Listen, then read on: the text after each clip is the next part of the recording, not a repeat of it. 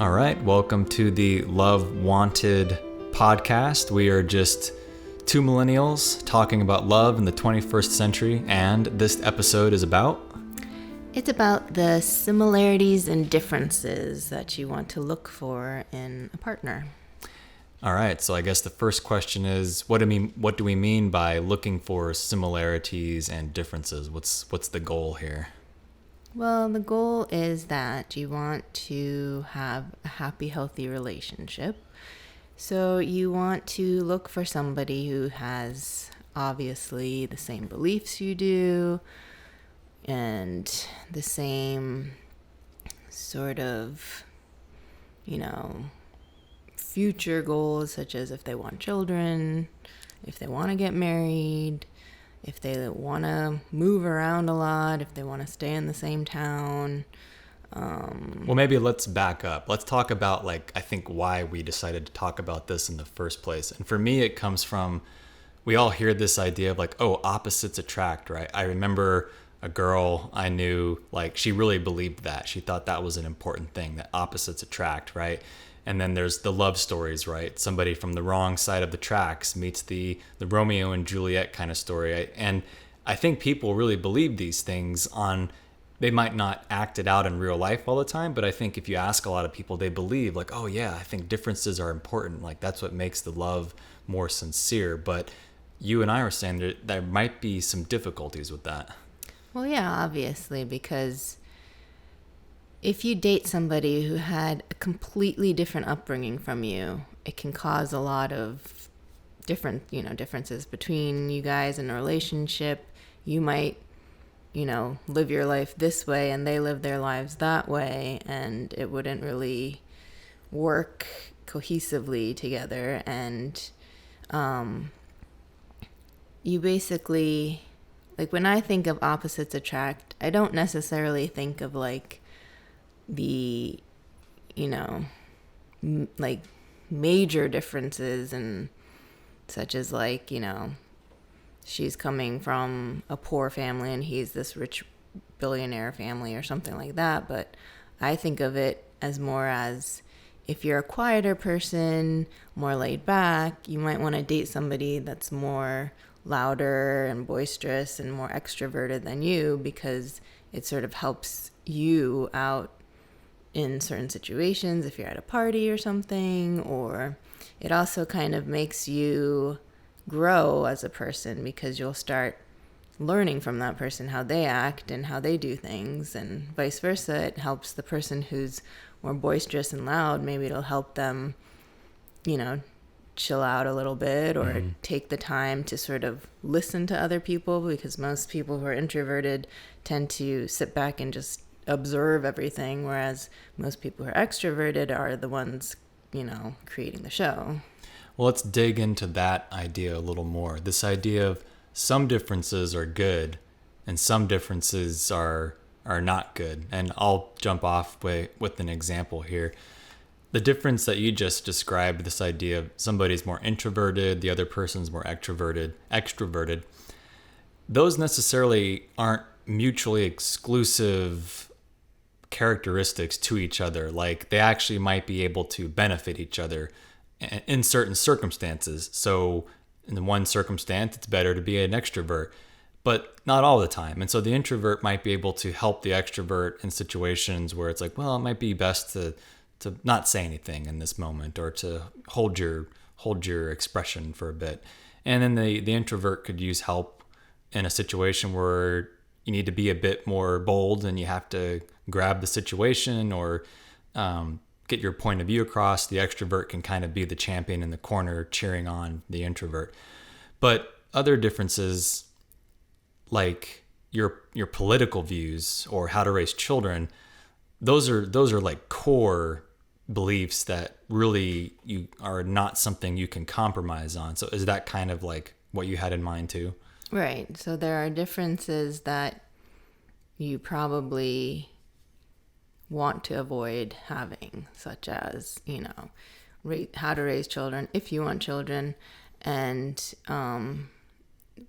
certain, if you have differing religious beliefs, it might be a little difficult. And if you have sort of different beliefs in politics, especially, Especially these days. These days, it gets very heated. And we've seen a lot of people who have gone through divorces just because of their political beliefs, like blowing up their relationships. So it's always a good idea to, evaluate for yourself, like what you could live with, like if you could handle being with somebody who has different beliefs from you. If you feel like you can handle that, then go for it. But, a lot of people can't, because that's such a vital part of their lives.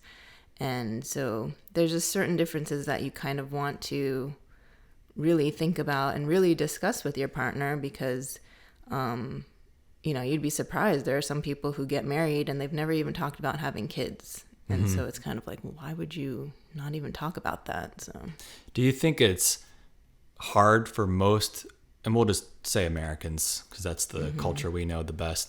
Do you think it's hard for most Americans to think about these things? Like, are we good at this, or do we kind of suck at asking these questions? Like, do I match with this person at the right things? What do you think? Well, it's kind of interesting, because I think a lot of people, especially women, they read a lot of magazines, they read a lot of articles about relationships and all this stuff. But it almost seems like when they meet a guy, everything just goes out the window, and they're just so like gung-ho about a guy, and they're just, desperate to be with that person. And then with men, it's like, I don't really, because I'm not a guy, so I don't know, but I don't really think that they necessarily think about all this stuff. Like, I think they kind of are just, oh, well, I'm dating this girl. She's nice to me. She does this for me. She cooks, she cleans, whatever. Like, this is cool kind of thing. And I don't think they really, I'm sure some guys do think about this sort of stuff, but it sort of just becomes like, when you're single, you kind of think about a lot of things. You think about like what you want in a guy, what you don't want in a guy, or what you want in a girl and what you don't want. And then when the opportunity presents itself, you kind of just like zero in on just that person's sort of almost superficial aspects, like what they look like, and what how much money do they make, and where they live, and what's their job, and all this kind of stuff. And you kind of forget about like the other important things in the relationship. That was going to be my next idea. We should talk about like maybe a short list of, first list would be, what are the differences that are good to have? Well, like things you should look for that are different in another person than from you. And then we'll talk about the things you probably would want to be the same. So we'll start with like, what are good differences? Like if you had a short list of 3 to 5 or so things, like what's at the top of the list, like anybody in a relationship should have it checked off in some ways, or at least think about and have a conversation? Well, I think it just differs from person to person, but I think what's important is that you meet somebody who shares, like I said, the same differences. Belief. Yeah. Oh, sorry. Differences would be like they're almost like the person you wish you could be, kind of thing. Like a person you admire and you wish you had those qualities. So maybe if you're not really a career-driven person, or you're not really an outgoing party type person, or maybe somebody who's organized and like kind of structured life. If you're more that kind of organized and plans everything out, and you just can't kind of let loose and throw caution to the wind, maybe you would find somebody who has those qualities, because in a relationship you want to grow. And so if you're with somebody who has differing aspects that are good, but just not what you have, it'll help you become a more well-rounded person, or help you, come out of your shell more, all those kinds of things. Yeah. So I think in terms of differences, it's more like, to me, personality differences that you want to look for.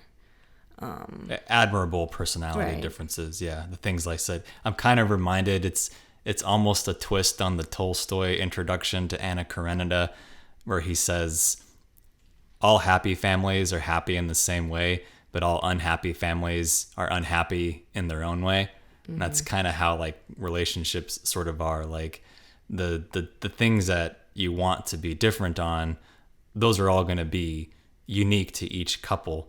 But now as we can shift to what things you definitely want to match on, that list I think is a little bit easier to come up with. Yeah. I mean, we kind of talked about it already. It's just, you want to make sure you have the same beliefs. You want to make sure you have similar, I would say similar upbringings, because you know, it might be difficult for you to understand the thought processes or the way somebody does something if you didn't grow up in that similar situation.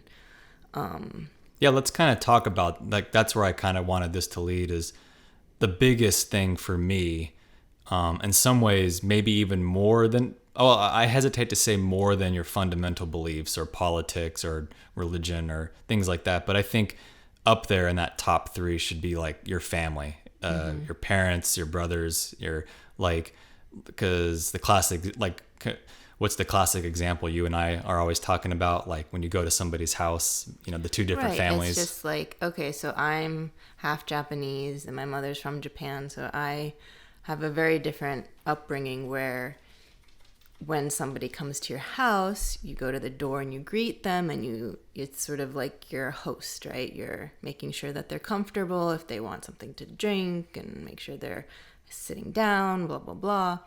But I've come to learn that in American culture, that kind of doesn't always exist in certain families. It's almost like you're just expected to just waltz right through their door, help yourself to whatever you want to drink or eat, you know, plop down on the couch or do a load of laundry, who knows. But it's not like a welcome in and how are you doing and blah, blah, blah. And then it's also like I notice in get-togethers, you know, like when you're at a party or something, usually, at least I've noticed that because I guess I hang out with a lot more Asian people, it's that you try to make conversation with a lot of other people at the party, and you try to mingle. If somebody's new, you try to, you know, be friendly to them and invite them into the group. Whereas when I hang out at different parties, it's kind of more like everybody just sticks to their own little groups, and it's kind of like, oh, we don't know who to talk to or what we should say to people. It's like so the it's not etiquette's very gone. like, yeah, it's yeah, kind of like this common courtesy of, you know, always trying to be polite and trying to sort of make other people feel at comfort in your home or at your party or whatnot is kind of going away. It's funny because I work with a lot of Indians, like people from India, and they were joking with this one Indian coworker who was younger than the rest of us that he should get married, and then that was a joke about a month ago, and then the joke was something like, you know, when you have kids, and they were saying like, well, first you have to get married, but then the joke became, well, we're all in America and India, yeah, the pattern is you get married, then you have kids, but in America, that pattern's kind of gone. Right. And so, which brings back to the point that we talk about, which is, I think one reason, and it goes back to the question I asked before, is it harder in America to find somebody? Because it's kind of a free-for-all in this country for the most part, like finding your person you want to be with, if that's your goal, is to have a long-lasting relationship. We're the melting pot. And in some ways, we're not. That's great in many ways, but it's also very difficult in others. And I think part of the challenge is, and that's why we have this show, is to get people to understand we're in a free-for-all. This is a melting pot, and there are some things you need to watch out for. And I think that's more or less what this conversation is about: how to handle that melting pot and finding somebody in it. Right. I mean, I mean, if you're trying to get into a relationship with somebody, you know, you have to be very, in any instance, you have to be very open to who they are, why they do the things that they do, their family, their culture, all that kind of stuff. If you just deep down cannot understand a different culture or whatnot, then don't go down that road. Like, because that's just going to be a world of pain for you, because whoever you marry is still connected to that family. It's like almost impossible for you to not, you know, be a part of her or his or her family. So you have to really consider the fact that these people are going to be in your lives now, and whatever background they have, whatever way they choose to live their lives, that's going to affect you now. Yeah. So, I mean... And it's also, in some ways, the reason why I was waffling between what's more important, your personal beliefs or your family for each other. In some ways, the family's more important, and here's why. A couple can disagree on religion, how to raise kids, and politics, but probably work it out if they wanted to. They could go to counseling, or they could just talk to each other. And sorry for Louis has to get his shake in here. They can work it out. Like, two people can work it out if they really want to. But if you have families that clash, good luck trying to get the families to change. Like, that's not going to happen. Right. And so you're stuck with that. And you know, you and I both know people who have these families where the couple is great, the couple loves each other, but the families are a nightmare. Right. And that's not fun. I mean, some people make it work, but if you can avoid that, like, I personally would say that's something to avoid. Oh, definitely. I mean, for me personally, it was always about, you know, making sure that whoever I married, I like their family, I can get along with their family, they can get along with my family, and, you know, they don't have to agree on everything, they don't have to do everything the same ways, but at least it's not going to be this huge blow up, stressful situation every time you have to interact with either of the families, or if they get together or whatnot. Because that stress trickles down onto the couple. Yep. So, you know, if you have animosity with his mother, that's just going to put your husband in this really awkward position. If he has animosity with your father, it's going to put you in a bad position as well. So you just kind of want to really think hard about how the family dynamics are, if you feel like you can get along with them, if you like them, and if you think that they can get along with your family and all that stuff, then that's great. But if you don't think they do, then that's just a challenge you guys are going to have to deal with. Yeah, accept. So let's say somebody is maybe struggling, listening to this and struggling with relationships, and maybe thinks this might be one of the problems. And so she finds this guy and she wants to start asking these things, but maybe it's awkward. Like, maybe she's not used to thinking of this. Like, what's a good sign from a guy or a girl when you can talk about these topics? Like, do you just flat out kind of ask these questions, or should these questions come up organically through the relationship, just on dates and being together? Well, I think it should organically happen. I think you should want to talk about one another's family, and it just sort of, you know, starts off with how do you get along with your family? Like, are you close? Do you guys talk every day? I mean, that was one thing that I was shocked at, because I don't talk to my parents every day, but my husband was talking to his parents every day. Oh, was he? Oh, he was.